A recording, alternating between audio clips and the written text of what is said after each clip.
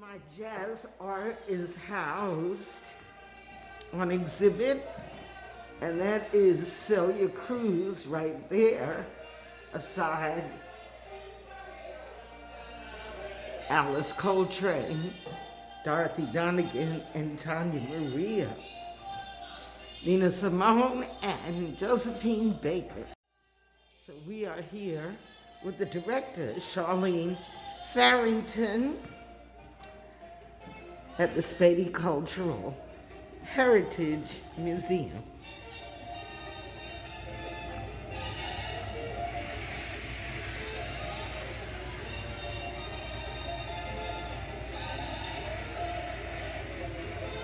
I am Dr. Joan Cartwright, and I am honored to have my jazz art collection on exhibit here at Spady Cultural Heritage Museum that is directed by Charlene Farrington.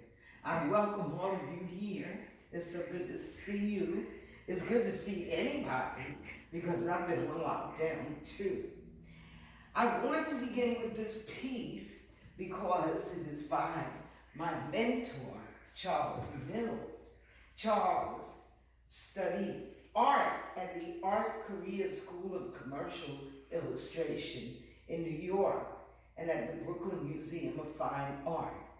And he's passed away. His daughters went to school with me. So we didn't grow up together. We met in Florida after I met Charles. Much of the work in this exhibit is by him, including this piece of Dinah Washington, Blues Women Over the Fireplace, that we'll look at later. So Charles was my inspiration to begin collecting artwork.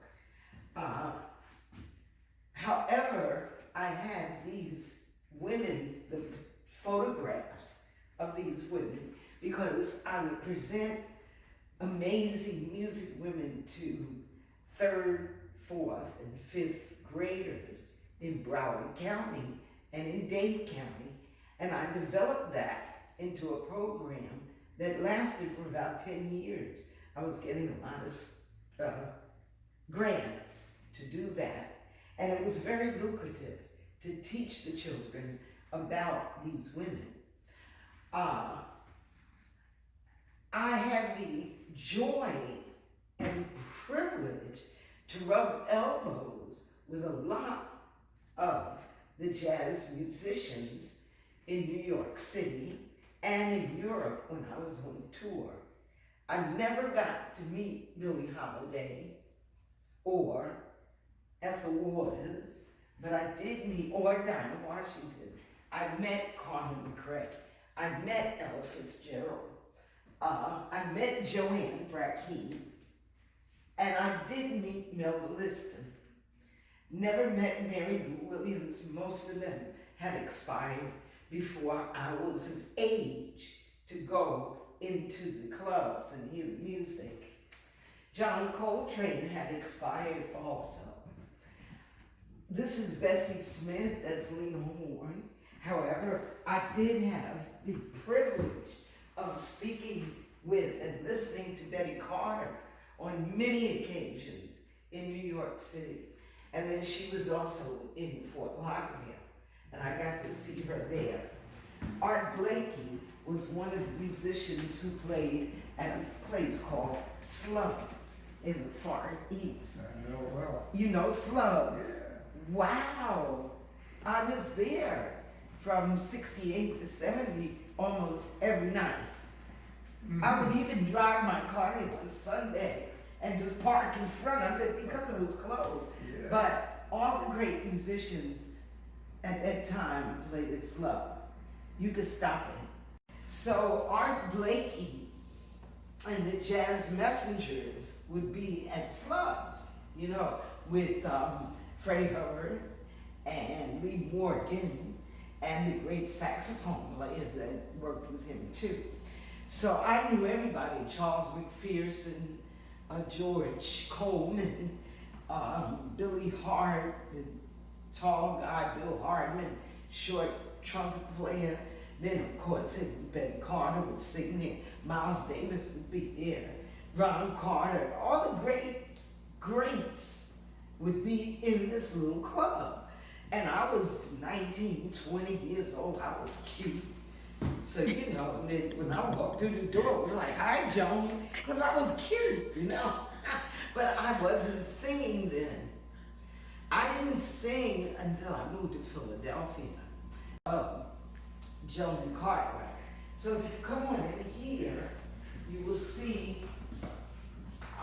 this is Dexter Gordon, and I got to see him at the village gate.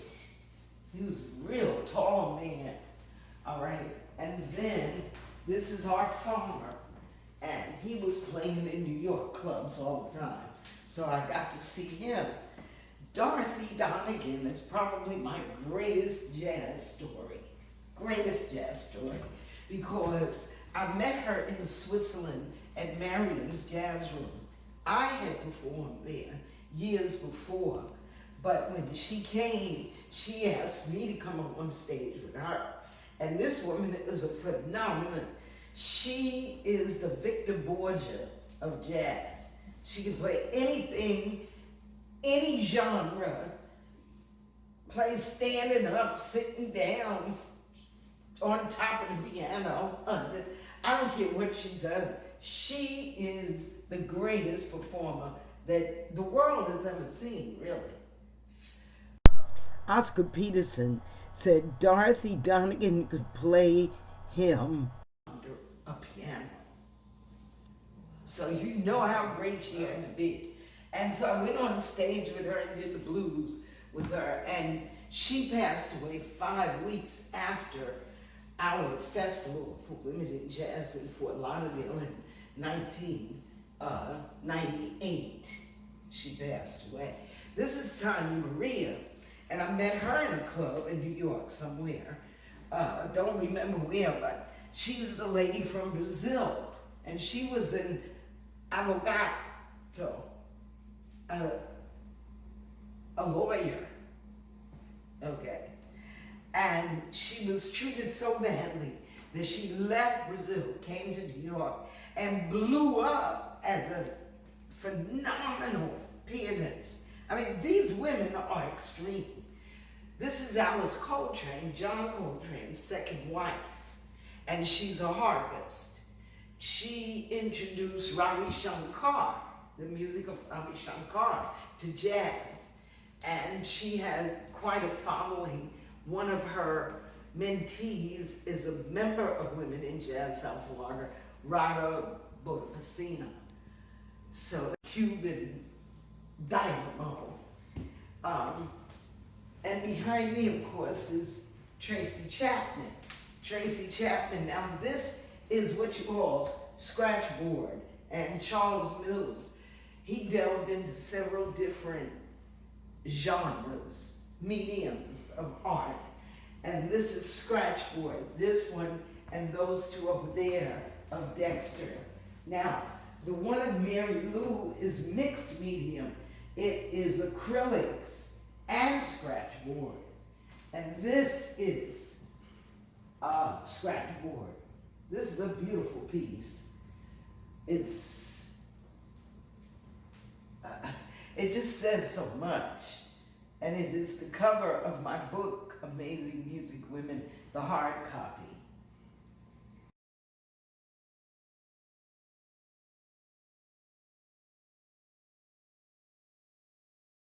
You know, we were artists together, but he could scat. That little man could scat, and we would do fours together, you know. Now, Nina Simone and Josephine Baker, right now I teach about blues women, the first civil rights workers. And of course, these women spoke. They were a generation apart, but Josephine Baker was the first, only woman to speak at the civil rights movement. And Nina Simone bonded with Miriam Makeba to break down apartheid. You know, they were instrumental in getting the word to America about apartheid.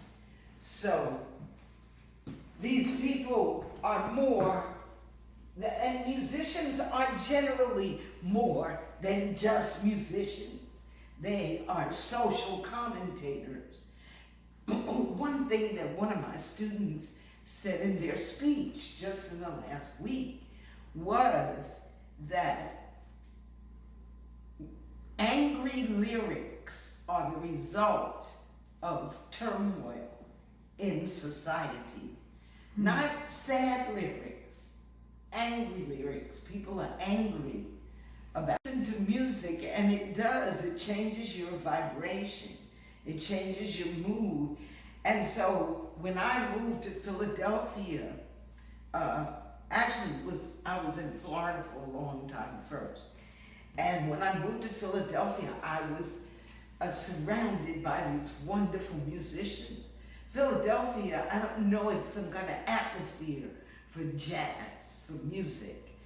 And so I was just arm in arm with these wonderful musicians, particularly Gerald Price, my teacher, who taught me how to write music. Not just read it, but how to put it on a piece of paper with your lyrics. Someone has to teach you that. And he taught it to me. And so I'm one of the few women in the world with a jazz and blues song book. And I encourage my members to put their songs on paper. Don't just record it. Put the words and the notes to the paper, because that's how it lasts. It really doesn't last in the ether. But when somebody picks that piece of paper up and they see Lonely Blue by Joan Cartwright, or Sweet Return, which Freddie Hubbard recorded on Atlantic Records, I'm a composer. And composers are overlooked, particularly in jazz. So they record as time goes by, but they don't tell you who it was written by. Well, most of the songs of the jazz era, except for those that came from Fats Waller, Scott Joplin, Mary Lou Williams, Dexter Gordon, these people who wrote their own song, but when they did the standards, those are mostly Broadway songs written by Jewish people, Rodgers and Hammerstein,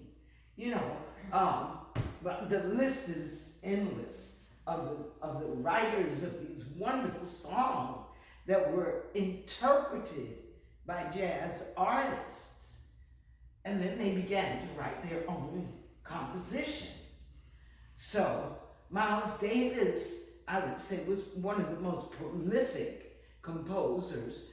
Duke Ellington, of course, John Coltrane, Dexter Gordon, great gods of music, Art Farmer, So you have to look further and deeper than what goes on the stage. These people had lives.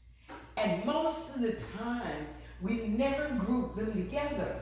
We don't see that Ma Rainey had Bessie Smith under her wing, and that Bessie Smith took, she was on Broadway, and then Alberta Hunter took her place and made her song famous, or one of them made the other song famous. And then Dinah and Billy were colleagues together. Billy and Ella were colleagues. They would be in places just like Donna and I are in places together. But we never see these stories together. And that is an opportunity. That's a film project that we could take on, and put them in the same place. Like, have you seen, that's a beautiful series. Well, Latifah did the story of Bessie Smith, but you separate them from their colleagues. Like my colleagues were Alice Day and Juanita Dixon. Well, they're gone. This is a baby to me. You understand? She's just like my daughter. So their experiences are different than our experiences here in Florida. Let me tell you, there were 5 singers. It was Alice Day, Juanita Dixon, Sandy Patton, Joan Cartwright, and Tony Bishop. And we ruled South Florida.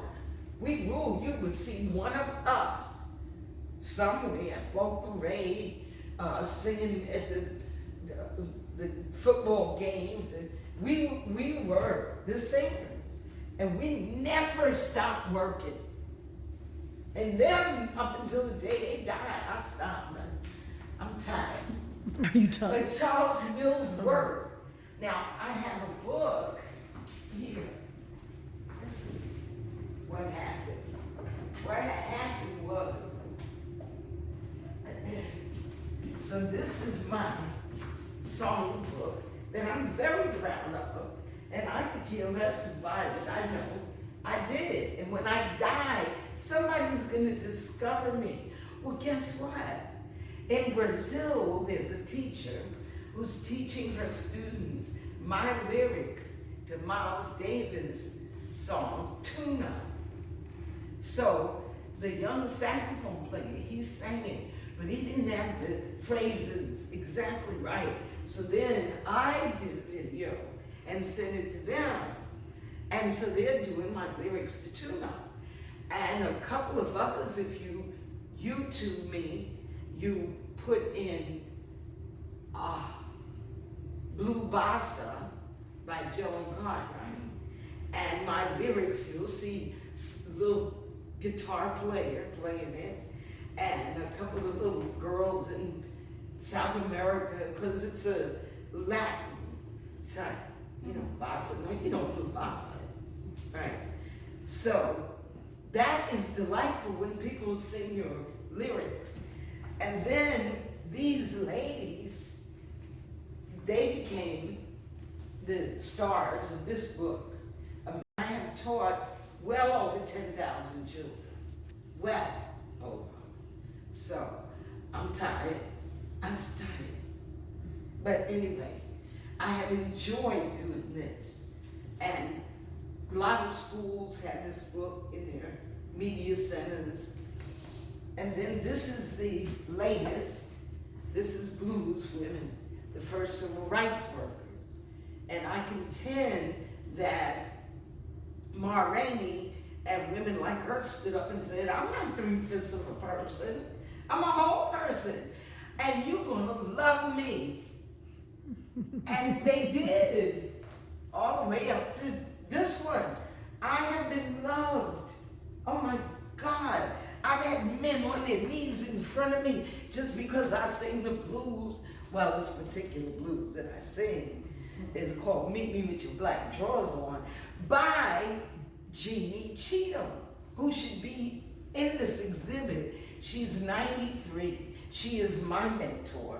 She's the oldest member of Women in Jazz South Florida. She's on the cover of it makes you happy. It does make you happy. She's on the cover of the 2nd issue of Music Woman magazine, along with our little fledgling Jasmine Jen, who lives in Orlando. Well, Jeannie lives in San Diego, and she's delightful. If we called her right now, she'd have us all falling on the floor, cracking up. So we have Music Woman magazine, and we have Music Man magazine, because you can't leave the men out. I did for 13 years. And so the next issue is going to be like this. You're going to see Music Woman, and then you're going to flip it, and it's going to be Music Man. Okay? We also have the 6 CD box collection of women's music, 45 women composers. And they're members of Women in Jazz South Florida. And so what else can I say? What? Picture in back. Picture. This picture, this one. Well, that was me. I was singing at Pier 66.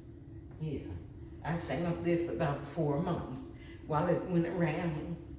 You know, it was very exciting up there.